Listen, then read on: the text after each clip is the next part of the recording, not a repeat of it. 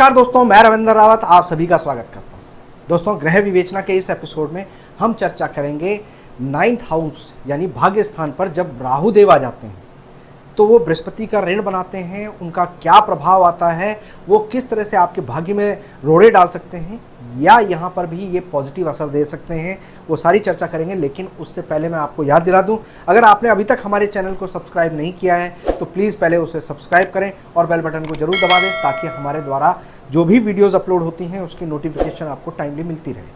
दोस्तों, भाग्य स्थान में बृहस्पति का प्रभाव होता है, बृहस्पति का घर है और यहाँ पर जब राहु देव आ जाते हैं तो बृहस्पति और राहु को मिला हुआ मान के चलेंगे। जब भी राहु यहाँ पर आते हैं तो बृहस्पति को आप चुप कर देंगे, बृहस्पति को गुम कर देंगे, बृहस्पति के प्रभावों को कहीं ना कहीं क्षीण करेंगे। कहने का मतलब ये है कि राहु के अंदर अगर आपने बृहस्पति वाली क्वालिटीज़ पैदा नहीं की, बृहस्पति को बढ़ाया नहीं, तो राहु पूर्ण रूप से बृहस्पति को क्षतिग्रस्त कर देगा। ये दोनों ग्रह मुकाबले के ग्रह हैं। ये दोनों ग्रह अपने आप में दोनों का वजूद बहुत ज़रूरी है, लेकिन एक की भी कमी आपको कहीं ना कहीं एक तरफ नुकसान कर सकती है। ज़्यादातर राहु नुकसान करता है। आपके भाग्य की नाली में ये वो हाथी है जो आपके भाग्य की नाली का जो बहाव है, यानी किस्मत में जो आपके लिखा हुआ है, उस बहाव को बीच में बैठकर एक अवरोध का काम करता है, एक बांध का काम करता है, एक रोकने का काम करता है। अगर हाथी थोड़ा बहुत हिलता डुलता है तो पानी का बहाव यानी वो किस्मत का बहाव आपके लिए खुल जाता है, लेकिन ओवरऑल ये भाग्य की नाली को रोक देता है एक बांध के रूप में, इसलिए आपकी किस्मत को रोक देता है।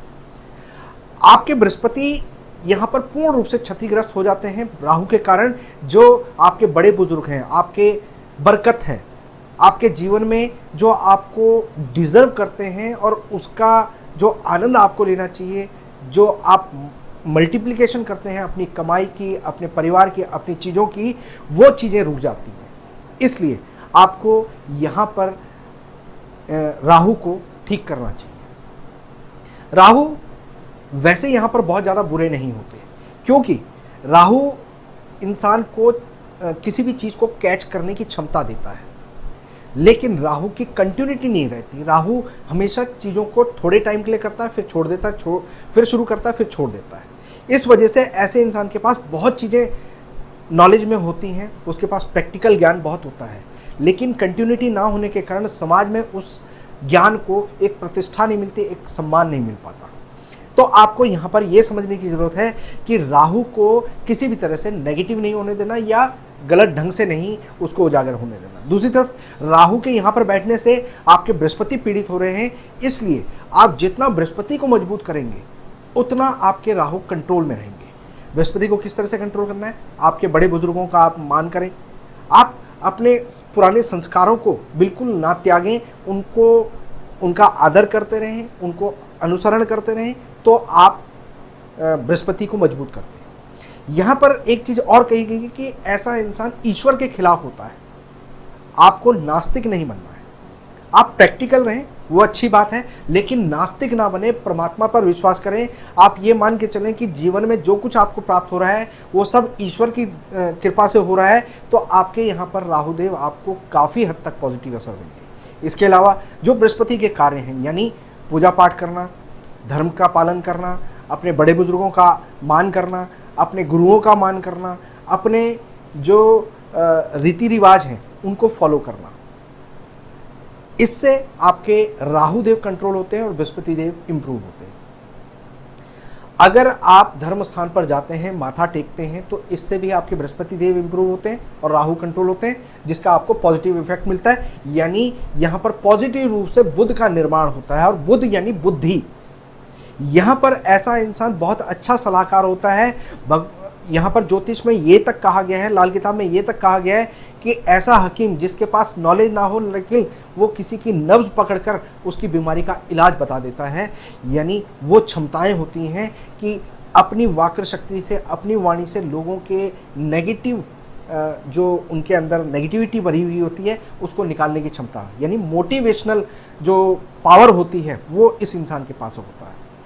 इसलिए लाल किताब में एक साफ लाइन लिखी हुई है कि पागलों का सरताज, यानी पागलों को ठीक करने वाला, यानी जिनको कुदरत ने परेशान कर रखा है, जिनको सुनाई नहीं देता, जिनको दिखाई नहीं देता, जिनको बोलना नहीं आता, या जो कुदरती रूप से परेशान हैं, उन लोगों को ये अगर उनके डॉक्टर बन जाते हैं तो बहुत ज़्यादा फ़ायदा मिल जाता है।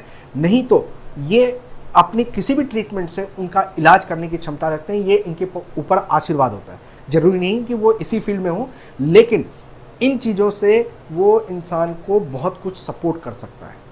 ये उसके पास पावर होती है। ऐसा इंसान जो डिप्रेशन में बंदा सुसाइड करने की सोच रहा होता है, उसको अपनी बातों से उसको वहाँ से निकालने की क्षमता रखता है। तो इन चीज़ों का ध्यान रखना चाहिए। अगर ऐसा इंसान टीचिंग का काम करने लगता है, किसी को पढ़ाने लगता है, अपने ज्ञान को बांटने लगता है, तो उसका ज्ञान और बढ़ता रहता है। ये यहाँ पर विशेष रूप से एक पॉइंट मिलता है कि ऐसा इंसान जितना ज्ञान बांटेगा उतना परमात्मा उसको और देंगे और वो लोगों का कल्याण करेगा। लोग उसके पास आएंगे और सिर्फ उससे बातचीत करके रिलैक्स हो जाएंगे। ये क्षमता यहाँ पर राहु दे देते हैं।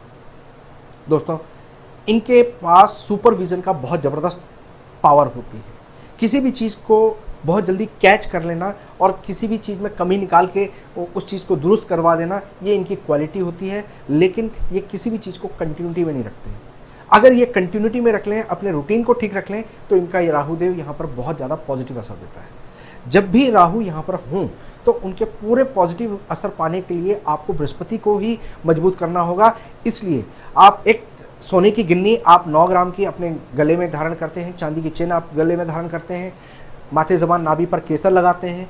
आप कोई भी कार्य पितरों के नाम से शुरू करते हैं या पितरों को प्रणाम करके अपने कार्यों को शुरू करते हैं, तो आपके राहुदेव यहाँ पर अच्छा रिजल्ट देते हैं। इसके अलावा दोस्तों, जब भी आपका जन्मदिन आए उस समय पर आप गंगा स्नान करते हैं, यानी उस महीने में, और ख़ासकर जो आपकी हिंदी तिथि के अनुसार आपका जन्म तिथि है, यानी आपकी पंचमी, चौथी जो भी तिथि है, उस तिथि में आप वहाँ पर जाकर स्नान करते हैं। 2-4 दिन आगे पीछे का कोई ज़्यादा नुकसान नहीं होता। उस महीने में आप वहाँ पर जाकर स्नान करते हैं तो आपको बहुत ज़्यादा पुण्य मिलता है। आपके बृहस्पति देव पूर्ण रूप से आपको फेवर करते हैं, यानी यहाँ पर चंद्रमा और बृहस्पति का पूर्ण रूप से आपको लाभ मिलता है।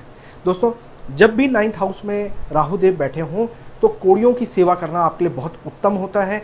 आप कोड़ियों को चारपाई दे सकते हैं, आप कोड़ियों को भोजन दे सकते हैं, सतनाजा दे सकते हैं, कंबल दे सकते हैं। इन चीज़ों से आपको काफ़ी राहत मिलती है। इसके अलावा अगर आपको बार बार आपके कार्यों में रुकावट आ रही है तो जमादार को आप खुश करके रखें। आपके घर में कोई भी सफाई कर्मचारी आता है तो उसको अपनी तरफ से, अपनी क्षमता से, अपनी खुशी से जो आप दे सकते हैं वो ज़रूर दें।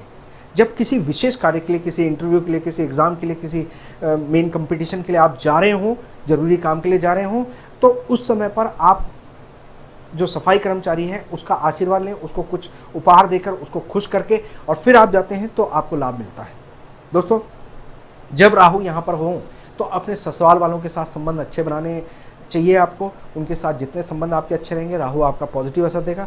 और राहु को यहाँ पर पूर्ण रूप से लाभ प्राप्त करने के लिए आपको अपने भाई बंधु, बहन भाई जो भी आपके सगे हैं उनके साथ मिलकर रहें, उनके साथ जुड़कर रहें, उनके साथ लड़ाई ना करें, तो आपके राहुदेव आपको पूर्ण रूप से रिजल्ट पॉजिटिव देते हैं। तो दोस्तों, यहाँ पर राहु के बारे में मैंने यहाँ पर बताया।